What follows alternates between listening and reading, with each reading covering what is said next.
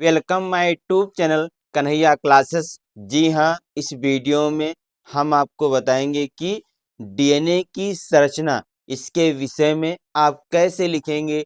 इस वीडियो में हम आपको चित्र के माध्यम से समझाएंगे। अगर आप हमारा पूरा वीडियो एक बार देख लेते हैं तो आप बहुत ही आसानी से डीएनए की संरचना के विषय में लिख देंगे। ये जो प्रश्न है बहुत ही इम्पोर्टेंट है और परीक्षा में हर वर्ष पूछा जाता है। तो इसमें सबसे पहले हेडिंग डालेंगे डीएनए की संरचना। इसमें लिखेंगे डीएनए की संरचना का अध्ययन वाटसन तथा क्रिक ने 1953 ईस्वी में प्रस्तुत किया। यानी कि दो वैज्ञानिक थे, वाटसन और क्रिक। उन्होंने 1953 ईस्वी में डीएनए की संरचना का अध्ययन किया था और उसे प्रस्तुत किया था। इसके बाद लिखेंगे इस कार्य के लिए उन्हें 1962 ईस्वी में नोबेल पुरस्कार से सम्मानित किया गया। यानी कि जो वाटसन और क्रिक दो वैज्ञानिक थे, उन्होंने 1953 ईस्वी में डीएनए की संरचना का अध्ययन किया और उसे प्रस्तुत किया। इस कार्य के लिए उन्हें 1962 ईस्वी में नोबेल पुरस्कार से सम्मानित किया गया था।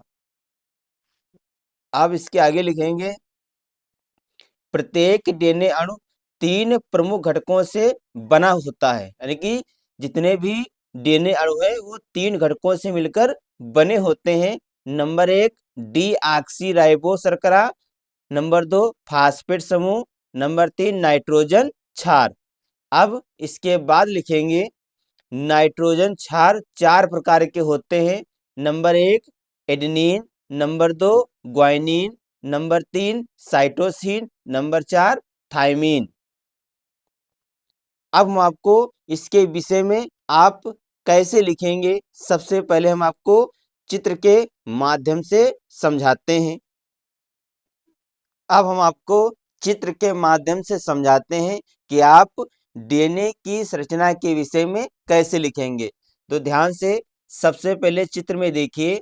अब इसमें नंबर 1 लिखेंगे। इसमें देखिए जो डीएनए का प्रत्येक अणु है वो 2 पॉलीन्यूक्लियोटाइड का बना होता है। एक पॉलीन्यूक्लियोटाइड ये और एक ये। तो आप लिखेंगे डीएनए का प्रत्येक अणु 2 पॉलीन्यूक्लियोटाइड का बना होता है, जिसका व्यास कितना होता है 20 एंगस्ट्रॉम। यानी कि पहला पॉइंट लिखेंगे डीएनए का प्रत्येक अणु 2 पॉलीन्यूक्लियोटाइड का बना होता है, जिसका व्यास 20 एंगस्ट्रॉम होता है। फिर लिखेंगे नंबर 2। इसमें लिखेंगे जो प्रत्येक पॉलीन्यूक्लियोटाइड है, आप इसमें देखिए ये किसका बना होता है। यहाँ पे लिखा है P+S। P का मतलब फास्फेट, S का मतलब शर्करा। यानी कि आप लिखेंगे कि प्रत्येक, यहाँ पे लिखा है P+S+P+S, ये हमने इसमें लिखा हुआ है। तो आप इसमें लिखेंगे नंबर 2 पॉइंट में कि प्रत्येक पॉलीन्यूक्लियोटाइड में फास्फेट तथा शर्करा समूह एकांतर क्रम में जुड़े होते हैं। आप ध्यान से अगर आप चित्र में देखेंगे तो आपको इसमें लिखा होगा P+S+P+S, यानी कि इसमें जो फास्फेट तथा शर्करा समूह है ये एकांतर क्रम में जुड़े होते हैं। तो पहला नंबर आप लिखेंगे कि इसमें डीएनए का जो प्रत्येक अणु है वो 2 पॉलीन्यूक्लियोटाइड का बना होता है और जिनका व्यास कितना होता है 20 एंगस्ट्रॉम। और नंबर 2 लिखेंगे इसमें कि इस प्रत्येक पॉलीन्यूक्लियोटाइड में फास्फेट तथा शर्करा समूह एकांतर क्रम में जुड़े होते हैं। अब नंबर 3 इसमें लिखेंगे। तो इसमें लिखेंगे जो फास्फेट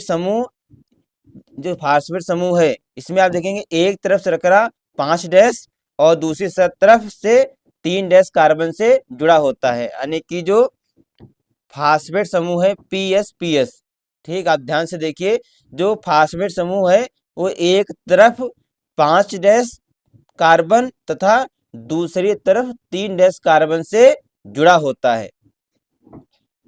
अब नंबर 4 लिखेंगे। इसमें जो 2 पॉलीन्यूक्लियोटाइड हैं, एक ये है और एक ये, जो 2 पॉलीन्यूक्लियोटाइड है ये जो है नाइट्रोजन क्षार द्वारा जुड़े होते हैं। जो एडेनिन है ये थायमीन से जुड़ा होता है और जो ग्वानिन है ये सीन से जुड़ा होता है। आप अगर ध्यान से चित्र में देखिए तो जो इसमें 2 पॉलीन्यूक्लियोटाइड श्रृंखलाएं ये नाइट्रोजन क्षार द्वारा जुड़े होते हैं। इसमें जो एडेनिन है वो किससे जुड़ा होता है? थायमीन से जुड़ा होता है। और इसमें कितने बंध होते हैं? द्विबंध। और जो ग्वानिन और साइटोसिन है ये आपस में जुड़े होते हैं त्रिबंध से। अब इसमें नंबर 5 में लिखेंगे जो डीएनए अणु में जो नाइट्रोजन क्षार है, जैसे एडेनिन, थायमीन, ग्वानिन, साइटोसिन, ये जो नाइट्रोजन क्षार हैं, तो डीएनए अणु में 10 नाइट्रोजन क्षार के बीच की दूरी कितनी होती है? 34 एंगस्ट्रॉम होती है। कितनी होती है? 10 नाइट्रोजन क्षार के बीच की दूरी 34 एंगस्ट्रॉम होती है। तो ये देखिए, मैंने ध्यान से अगर आप चित्र बनाएंगे तो यहाँ से गिनेंगे 1 2 3 4 5 6 7 8 9 10, यानी कि 10 नाइट्रोजन क्षार के बीच की दूरी 34 एंगस्ट्रॉम होती है। तो बच्चों, हमने आपको चित्र के माध्यम से बताया है कि आप किस प्रकार डीएनए की संरचना के विषय में लिखेंगे। अब हम आपको लिखकर भी बताते हैं।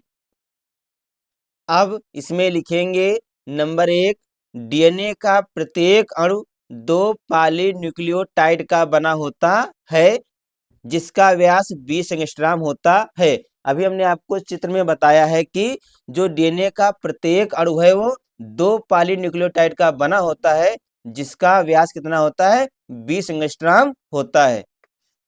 फिर लिखेंगे नंबर 2, प्रत्येक पॉलीन्यूक्लियोटाइड में फास्फेट तथा शर्करा समूह एकांतर क्रम में जुड़े होते हैं। आप चित्र में देखिए, इसमें लिखा है P+S+P, यानी कि जो फास्फेट और शर्करा समूह है किस क्रम में जुड़े हैं? ये एकांतर क्रम में जुड़े हैं।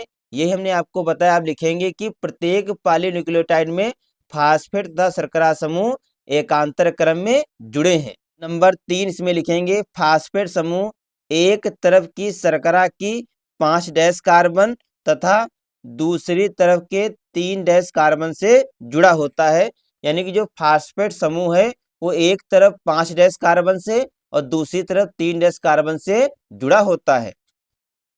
अब लिखेंगे नंबर 4, इसमें लिखेंगे दोनों पॉलीन्यूक्लियोटाइड श्रृंखला नाइट्रोजन क्षार द्वारा जुड़े होते हैं जिसमें एडेनिन और थायमीन से हाइड्रोजन के द्विबंध तथा ग्वानिन और साइटोसिन से हाइड्रोजन के त्रिबंध से जुड़ा होता है। अब इसके बाद लिखेंगे नंबर 5, डीएनए अणु में 10 नाइट्रोजन क्षार के बीच की दूरी लगभग 34 एंगस्ट्रॉम होती है।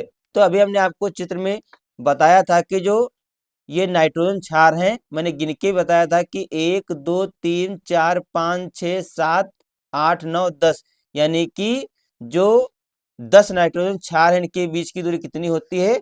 लगभग 34 एंगस्ट्रॉम होती है।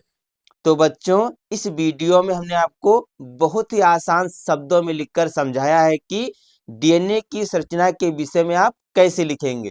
तो बच्चों, अगर हमारा वीडियो ये आपको अच्छा लगे तो इसे लाइक, शेयर और सब्सक्राइब जरूर करें। मिलते हैं अगले वीडियो में नए टॉपिक के साथ।